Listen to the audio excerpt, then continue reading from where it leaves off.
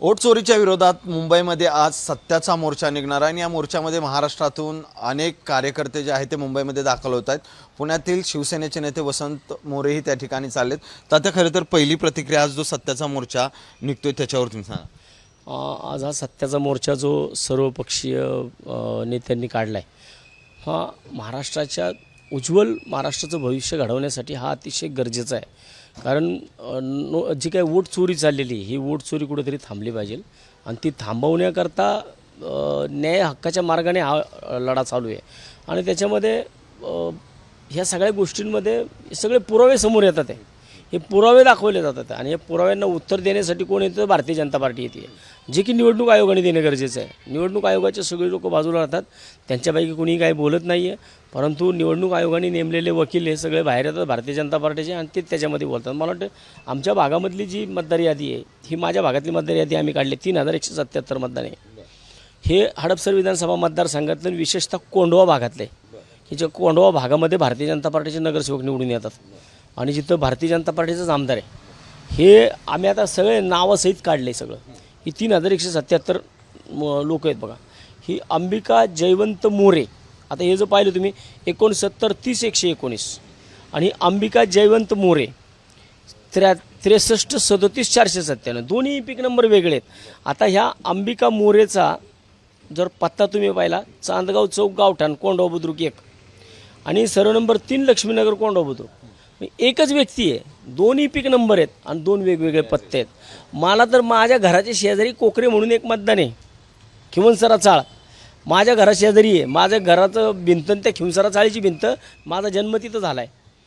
1969 पासून माझा 74ला जन्म झाला आणि 1969 पासून खिवणसरा चाळ आहे माझ्या घराच्या शेजारी, माझीच जागा, माझ्या जागे शेजारी एक जण खोल्या बांधल्यात आणि त्याच्यामध्ये कोकरे म्हणून नाव दाखवलं इथं आणि तो कोकरे मी कधी आयुष्यात पाहिलंच नाही।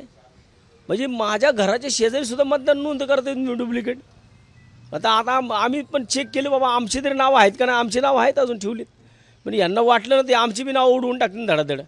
किती नावाचं याच्यात तुम्ही आता ही काढली? 177 मतदान आहे, हे प्रभाग क्रमांक 41 फक्त एका ह्याच्यात? हां, या ठिकाणी भारतीय जनता पार्टीचे 3 नगरसेवक आहेत भारतीय जनता पार्टीचे।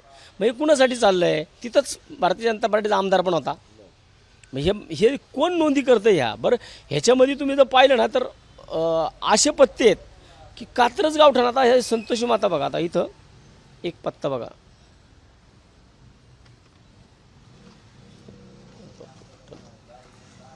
माझ्या भागातलं जर पाहिलं ना ही यादी आहे प्रभाग क्रमांक 41 मधली आणि संतोषनगर माझा प्रभाग क्रमांक 40 आहे। आता याच्यामध्ये एक मतदार आहे बघा, हा पांडुरंग मारुती चव्हाण। आता पांडुरंग मारुती चव्हाण याचाही पीक नंबर वेगळा आहे 56 70 450 आणि परत पांडुरंग मारुती चव्हाण 61 60 147 डबल बी पीक नंबर आहेत। ह्या मारुती चव्हाणचा पहिला पत्ता आहे कात्रज गावठाण आणि दुसरा पत्ता आहे संतोषी माता मंदिर गणपती। म्हणजे एक कात्रज गावठाण माझ्या घराशेजारचा आहे आणि दुसरा संतोषनगरमधला आहे। ई पीक नंबर प्रत्येकाचे वेगळे आहेत, प्रभाग वेगवेगळे असताना सुद्धा मतदान एका व्यक्तीचं सगळं, म्हणजे ह्या यादीमध्ये हद्दीवरचं मतदान इकडे तिकडे केलं गेलं आहे। मग हे कोण करतं आहे? ही भारतीय जनता पार्टीचीच लोकं करतात ना।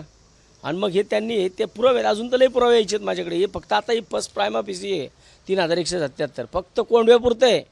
आणि ह्याच्यामध्ये आम्ही हडपसर विधानसभा मतदारसंघात गेलो नाही अजून, हे फक्त प्रभाग क्रमांक 41 आत्ता पूर्वीचा 41 सगळ्या ह्या मतचोरीच्या विरोधात त्याचं काय होईल असं वाटतंय? कारण निवडणूक आयोग गेले अनेक दिवसापासून सगळेच पक्ष जे आहेत त्यात विरोधातले ते आवाज उठवतात, मात्र झालं पाहिजे 100% झालं पाहिजे तरी लोकशाही म्हणायचं।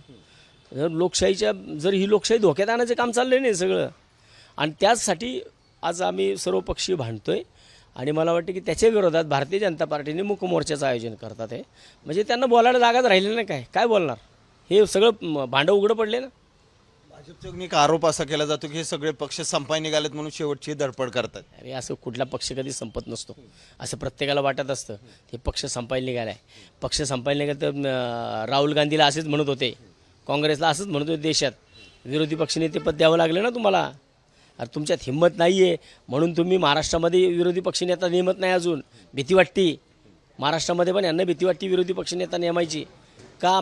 जर शिवसेना ही सेकंड लार्जेस्ट पार्टी आहे नाही नेवायचं तुमच्यातला नेमा बाबा. घ्या आता एकनाथ शिंदेनं उपमुख्यमंत्री केले, अजितदादांना उपमुख्यमंत्री केले, त्यांच्यातलाच एखादा नेमा, नाही तर एखादा कुठला तरी अजून एखादा दुसरा पक्ष फोडा आणि त्याला विरोधी पक्षनेते पद द्या. दुसरं काय राहिले तुमच्याकडे? मोर्चा कसा असेल आता हा आणि त्या ठिकाणी काय सगळ्या मागण्यांच्या ह्याच्यात सरकार विचार करेल किंवा निवडणूक आयोग विचार केला असं वाटतं? आता अजून तर मला तर त्या दृष्टिकोनातून काहीच हालचाल झालं वाटत नाही. कारण ज्या गोष्टींना समोर येऊन निवडणूक आयोगाने फेस केलं पाहिजे तर निवडणूक आयोग फेस न करता त्याच्यामध्ये फेस करते कोणतं? भारतीय जनता पार्टी. म्हणजे त्यांचं उखळ पांढरं पडायला लागले ना, त्यांचा सगळा हा चोरीचा मामला बाहेर पडायला लागला आहे. म्हणून त्यांना तर भीती वाटायला लागली. लोक मारतील आता, लोक आता यांना मारतील, बाकी काहीच करणार नाहीत.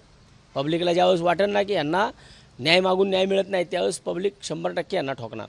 आजचा मोर्चा कसा होईल म्हणजे काय आता तुम्ही? आजचा मोर्चा मी मगापासून सांगतो की आजचा मोर्चा हा कदाचित अरबी समुद्र बाजूलाच आहे, त्या अरबी समुद्राशी स्पर्धा करणारा मोर्चा असला आणि त्याच्यातनं काहीतरी नाही निदान सरकार कसं जे पक्ष आहेत हे पक्ष तर काही घेणार नाही आहेत. पक्षांनी नाही घेतलं निवडणूक आयोगाने तरी घेतलं पाहिजे, नाही ते त्यांचं फिरणं मुश्किल होईल. हे नाही झालं तर निवडणुका घेऊ नका असं एक राजसाहेबांची भूमिका होती की बाबा हे निवडणुका नाही झाल्या पाहिजे जोपर्यंत याद्या क्लिअर होत नाही तोपर्यंत. ही त्यांची भूमिका आहे ती की जर असं होणार असेल आणि जर भारतीय जनता पार्टीच निवडून येणार असेल तर त्याच्याकरता त्यांनी तो मांडलेला विषय. परंतु मला वाटतं की हे अर्जंट बेसवरती होऊन आत्ता जर हे लोक आहेत आता हे थांबलेत, हे वाढणार नाहीत कशावरून? जर हे आणि हे लिटरली कमर्शियल काम आहे, हे कमर्शियल काम आहे सगळं. हे जर कमर्शियल काम झालं हे केलं आहे कुणी? भारतीय जनता पार्टी करते. मग आत्ता जर त्यांना निवडणुका घेऊन थांबवलं नाही थांबवलं तर हे अजून वाढत जाणार आहे. जर लोकसभेला आपण पाहिलं नंतर विधानसभेला 6 महिन्यामध्ये किती मतदान वाढलं ते पण आपण पाहिले. मग आता अजून भीती वाटत असेल अजून मतदान वाढवतील. मला वाटतं की हे निवडणुका आता घेऊन टाकल्या पाहिजेत इथं आणि निवडणुका घेऊन काय ते एकदाचा विषय संपवून टाकला पाहिजे. निवडणुका काही दिवसावर येऊन ठेपल्यात आणि त्या पार्श्वभूमीवर जर ही सगळी मोठी प्रोसेस आहे व्हायला, कारण हे होणार पण नाही एवढे हे काम जे आपण मतदार यादीचं म्हणतोय.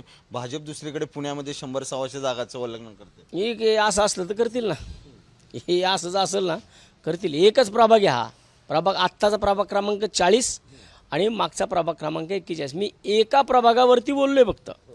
हे मला वाटतं की सगळ्यांनी याची तयारी केली पाहिजे. हे 3177 फक्त भारतीय जनता प्रदेशाचा आमदार जिथं राहतो, भारतीय जनता पार्टीचे 3 नगरसेवक जिथं निवडून येतात, हे त्या एका प्रभागाचं आहे फक्त प्रभाग. तुम्ही काय इशारा देता ह्याच्या समजत की बाबा हे 100% मी तर बांबूच घेऊन बसणार आहे 40ला, 40 आणि 38 कुठं काय केले ना. मी 2019ला बांबू घेऊन बसलो होतो. कुठलं मतदान येते, बोगस कोण येते, काय होईल ते होईल, एकदाच केस तर केस, काय फरक पडत नाही त्याला. कारण असं जर तुम्ही ह्या असल्या डुप्लिकेट कामं करून जर तुम्ही निवडून येणार असताल ना तर निवडणुकीला येणाऱ्यांचे आम्ही तिथं बोटं मारणार. जे बोटावर शाई नाही लावणार त्यांची बोटं राखताना भरलेली दिसतील. मग नक्की ते चुकीचं काम होत असेल तर आम्ही होऊ देणार नाही अशी भूमिका जी आहे ती वसंत तात्यांनी घेतलेली आहे. ते मुंबईच्या दिशेने निघालेले आहेत. दुपारी मोर्चा होतो त्यामध्ये ते सहभागी होतात. कॅमेरामन किरण काजळेसह सचिन जाधव, साम टीव्ही न्यूज, पुणे. देश विदेशातील प्रत्येक घडामोडींचे लाईव्ह अपडेट मिळवण्यासाठी आता साम टीव्हीच्या सर्व सोशल मीडिया प्लॅटफॉर्मला लाईक, फॉलो आणि सबस्क्राईब करा. तसंच सर्व नोटिफिकेशनसाठी बेल आयकॉन प्रेस करायला विसरू नका.